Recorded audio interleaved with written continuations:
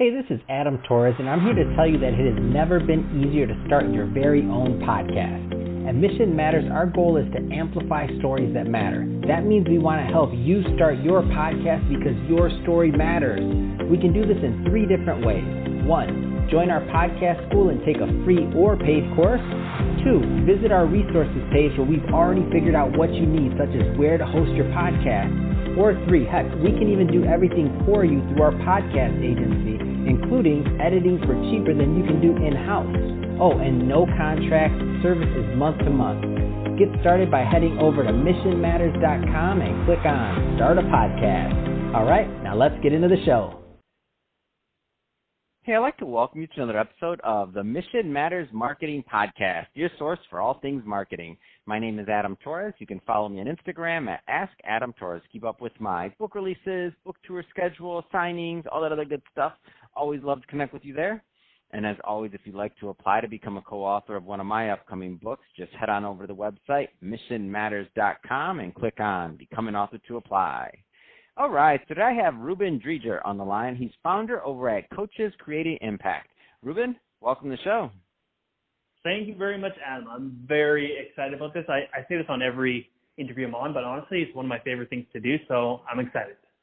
Oh, man. Well, I'm excited, too. And let me tell you, I don't say that on everyone, and I am excited because I want to know today's topics. So organic social media marketing hacks. We want those hacks over here, Reuben. So we're going to get into that. But before we do, I want to go a little bit further into what you're doing overall over at Coaches Creating Impact. So tell us a little bit more about your company, please.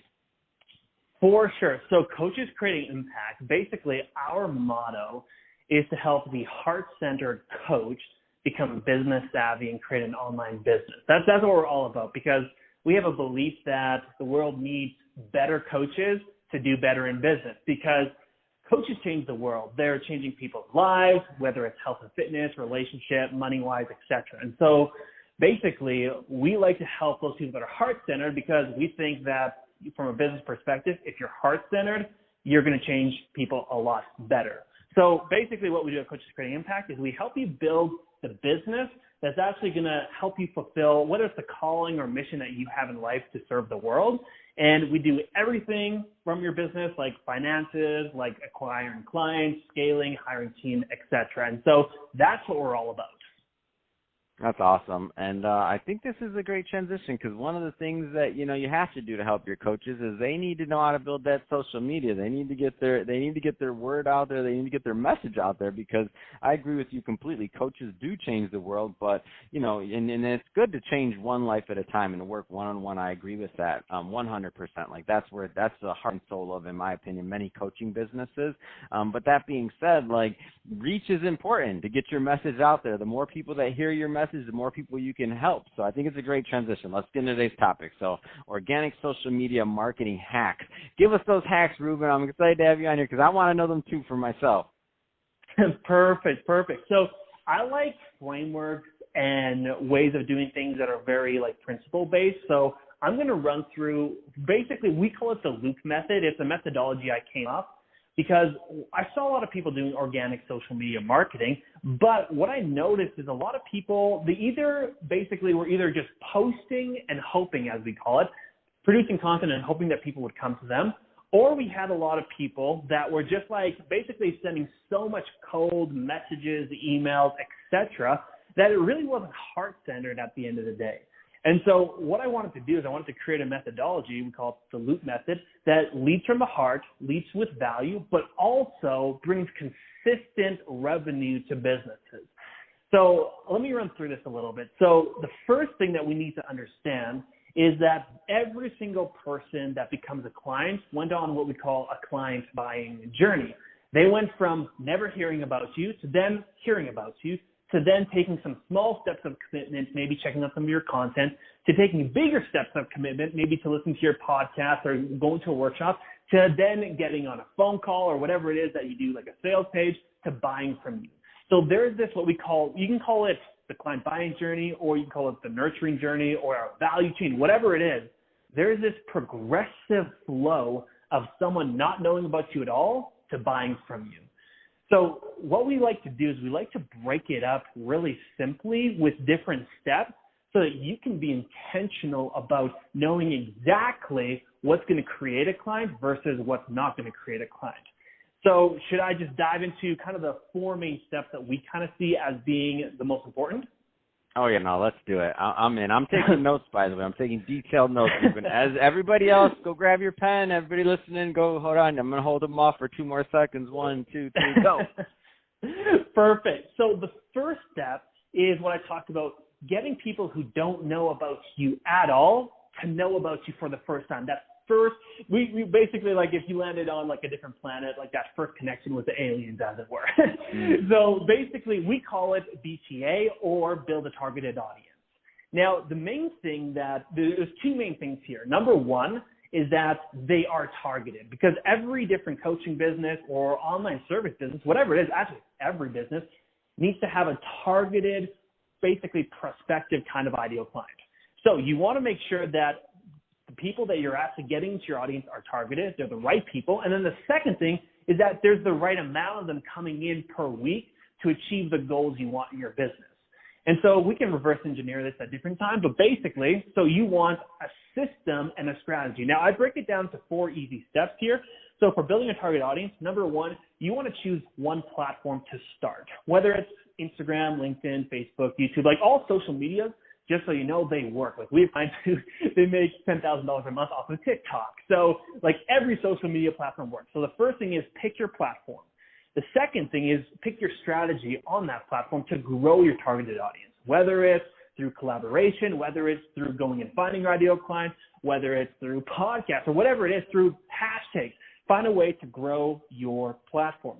And then basically you just want to understand, okay, how many people am I looking to grow by per week? And this is important because a lot of people don't look at numbers in their business, but the number of new people coming into your audience will be a direct correlation at the end of the day, if you do things right, to how many clients you get. So if you get 50 people that are targeted this week, you'll get X amount of clients. If you get 100 people into your audience next week that are targeted, it'll usually be double the amount of clients that you got the week prior. So it's important to track this just so that you have some data to go off of. So that's the first step, going from someone not knowing about you at all to now becoming a follower. So that's the first step. We now call it, you have a cold lead.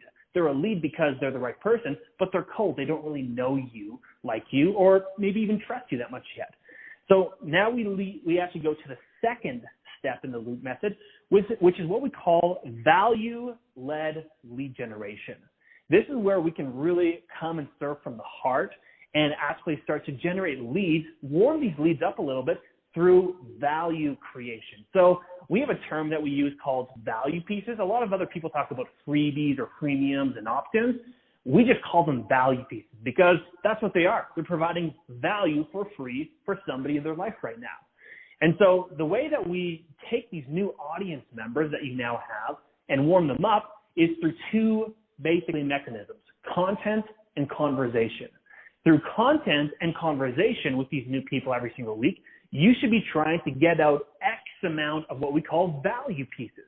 Because if you can provide a certain amount of value per week, you're going to get a bunch of these cold leads becoming warm, thus going further on that client buying journey that we talked about.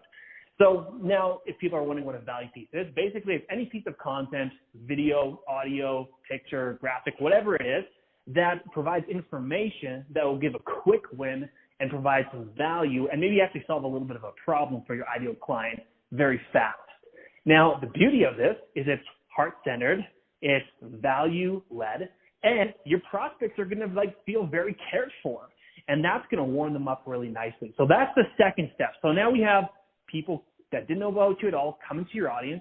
These new people in your audience are now getting value and getting warmed up, and now we can move on to the third step of the loop method. The third step is what we call the nurturing process. So we have a saying here at CCI, which is people take small steps with you before they take big steps with you.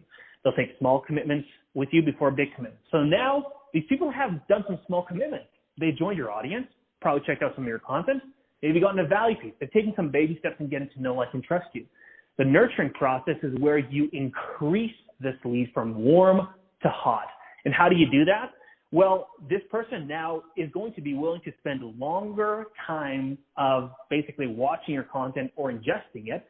So this is where long-form content, as far as maybe it's podcasts, maybe it's an email sequence, maybe it's a workshop that you host, a challenge that you host, a live event that you host, it's longer-form pieces of content that they're going to want to come to because the short-form content that you've given to them has been so beneficial. So they're going to want to come and check out longer form.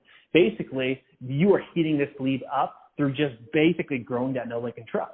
And so you want to make sure that everyone that's getting these value pieces is then now ingesting some of your longer form pieces of content. The beauty of this is once they've done that, you've grown so much rapport with them. They feel like you truly care about them. They feel like you're so valuable and they know what you're all about. This is a great time that they can make a buying decision, whether, yes, you are a good fit, or, you know what, maybe you're not the best fit. And so that's the point where the fourth step, the loop method, which is the sales process.